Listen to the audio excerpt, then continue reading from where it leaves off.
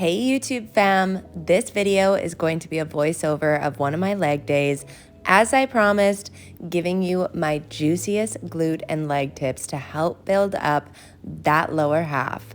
So obviously we start with some posing, but first things first is we do a banded warm-up. I feel like banded warm-ups are getting hated on. There is so much power in a banded warm-up. It can cause some serious tension in the right areas, in my opinion, when it's done properly. So what we're doing right now is we are doing a banded curtsy lunge. So something that you're gonna notice about this is how far I'm sticking out my lower end while I'm doing that. And I am also performing this lunge very slowly. So the thing is that this is gonna work those outer thighs very nicely. That's what us ladies are looking for, is to try to trim those outer thighs a little bit. Obviously we can't spot shot our fat, but this is one way to get a nice warm up going on your entire leg all the way up to your glutes. So don't be afraid to push that booty out a little bit. And we're about to go into our next banded warm up, which is about to be some kickbacks. So again, what you're gonna see is I am working a ton of angles in these movements.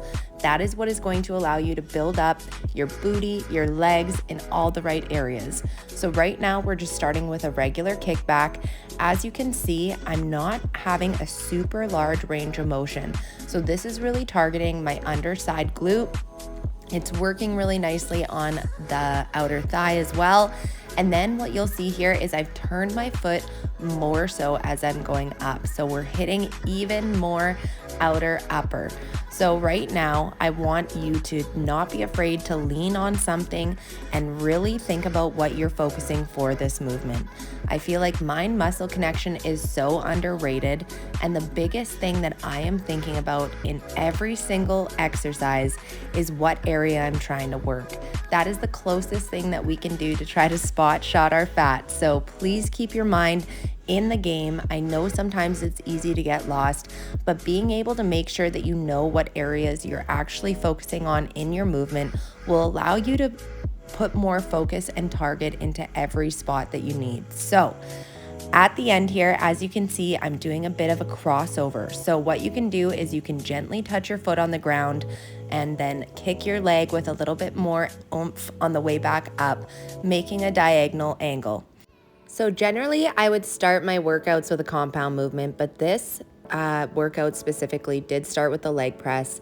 So one thing that you're gonna notice is my foot positioning. So we're going wide for this. What we're trying to target is that glute hamstring tie. We're trying to target the adductors, that inner thigh, okay? So what you wanna do is have the slightest bit of turn outwards on your toes.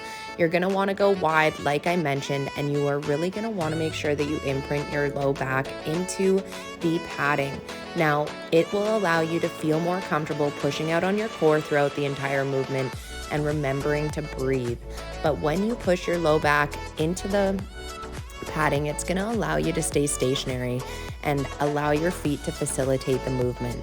So this next one is a great one. It is a banded Smith squat, and it is really glute and hamstring focused. The thing is that you don't have to do this banded, but why I like to use the Smith and the band for this is just the ability of tension that you're able to keep on it throughout. So I want you guys to look at the tension on the band on my legs. It is staying really nice and tight, and one thing that I really want you to focus on is that I am not standing up fully straight at the top. This is allowing me to keep my glute engagement in the right range of motion. What people end up doing is they stand up straight, which makes them want to naturally thrust their hips forward and lose their core engagement.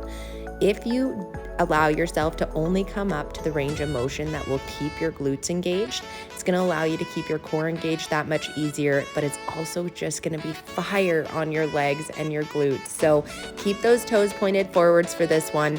And like I said, it's just that much easier on a Smith machine to be able to keep that tension, especially if you wanna start doing some pulse work, pause work, anything like that, especially if you're depleted while you're doing a prep or something like that, right? So just to let you guys know, that's why we're using the Smith instead of a barbell. The other thing that I want you guys to notice is where I'm looking. I am looking down, I am not looking forward.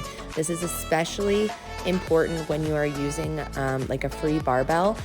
You can hurt yourself really badly, especially depending on your load. If you're trying to look forward instead of looking down, keeping with your line of motion. So you can look at yourself once you're getting towards the top, but honestly, I would just cut it out altogether. Focus on what you're working on. So now here we have a leg extension. Now, when it comes to leg extension, people do not optimize it the way that it should be optimized. So the first thing that I want us to recognize is the knee flexion there. So we are not extending our knee as far as we can. We are making sure that we're paying attention to the belly of the quad, and that is where the squeeze is coming from, and that it's not coming from our knee hyperextending. So what I want us to also think of when we're doing leg extension is that we have opportunity to work different angles of our legs, especially when it is single leg extension. It's going to be a lot more difficult to do something like that with a double leg extension. So if you have access to a single, I can highly recommend playing with your angles. So the two angles that you're going to have to work with, I'm going to show you after my right leg here. But what I end up doing is I end up turning my inside of my foot upwards and the outside of my foot upwards, giving the angle of the inside of my leg and the outside of my leg. So it's really going to target different areas of your quad. It's going to allow you to be able to create that nice full look and really maximize your leg extension. Because the thing is that so many people go to the gym and they don't realize that they're missing so much potential to getting the most out of their training. Like, majority of the people that go to the gym do not necessarily love always going to the gym. But the thing is that they're going there for results. And if you're going there and not maximizing your time and potential, it's just wasted altogether, especially if you don't want to be there. So you can see by the look on my face how gnarly this is. The thing is that you can do this all different ways. You can hit one leg in 3 different angles before you move on to the next leg. You could work it in a drop set. You can pyramid it. There's so many different ways that you can work this. But when you are making sure that make sure that you turn your body while you are performing this one, especially when you're going outer foot up.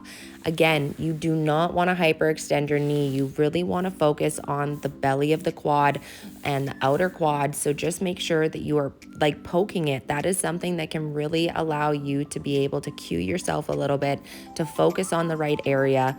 Now, when you turn to have your foot, like the inside of your foot going upwards, oh guys, I can tell you it is like no other. And so what I like to do is I like to save that one last if I am doing the 3 on one leg, but just make sure that your body is secured and that all that work is coming from your leg. You want to make sure that your knee is able to flex and be able to get a nice contraction. So now we're going to move over to hamstring curl. Same thing with hamstring curl. If you are a little bit more experienced, you can play with the angles of the way that your ankle is lying, but just be really careful with that. You want to make sure that your knee is positioned off of the end of the bench there. That is super important for making sure that you're keeping your legs safe and hitting your hamstring. Now the thing is though, guys, is you do not have to swing your leg super hard and get your heel to your bum. So as you can see, it's a really short range of motion that I'm hitting here. And if you are making sure that you're driving your pelvis and your core into that padding, you're going to allow yourself to get a really good glute contraction. So we have moved over to my favorite machine of all time. It is so versatile, the V-Hack. If you do not have one, switch gyms, go find one. Honestly, guys, you can do squats, you can do deadlifts like this, you can do, like I've been doing like B stance deadlifts. Like I got so many exciting things to show you guys of the different angles that I have been hitting my legs and my glutes. So a big one for this is making sure that your forehead is resting against the padding. You got the padding safely on your shoulders and you are pushing out on your core to keep that low back safe. What you're gonna see is that there's no dip in my low back. It's keeping nice and safe. We're keeping the range of motion super short. I'm just listening to my body, lengthening it as much as I can to allow myself to stay in the range of motion to keep that glute contraction and build that glute ham tie. So the thing is that you can play with your footing. You can have your feet feet outwards, you can have them inwards, you can have them further apart, you can have them together. So there's lots of stuff that I'm going to teach you guys on the V-Hack machine. But now we're going to close off the workout with some cable work. So cable kickbacks are something that people are always telling you to do a different way. Honestly, guys, I think it comes down to leg length, hip strength, back strength, back curvature, as to what is going to feel best to keep your body stationary in regards to the angle. Now, the kickback in and of itself with your leg is always going to be the same. You want to try to do that twist towards the top to really get a good contraction out of your glute.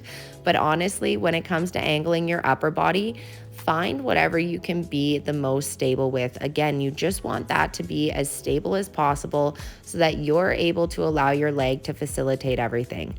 The cool part about cable kickbacks is there's like a million different ways to do them. As you can see, I'm showing you another shorter variation of how to get it done.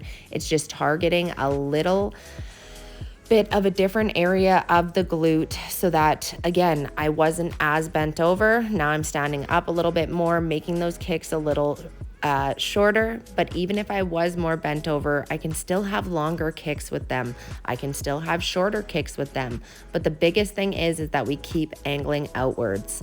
So now we're gonna do some lateral kicks here, guys. So I have snapping hip syndrome. I have to be really careful on the angle that I do these.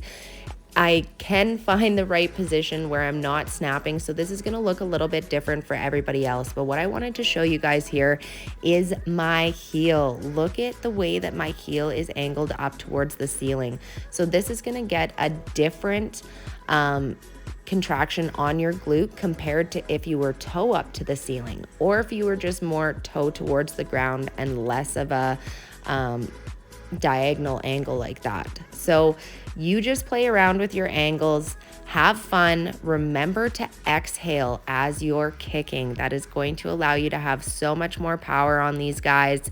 And again, you just want to make sure that that upper body is stationary, that you're pushing out on that core to keep your low back safe.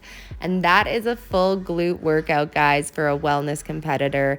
It is a little bit of hamstrings and quads in there, but you know, we're just trying to build that lower body mass. So I just want to thank you guys for joining me for this one. There will be more workout vlogs coming at you soon.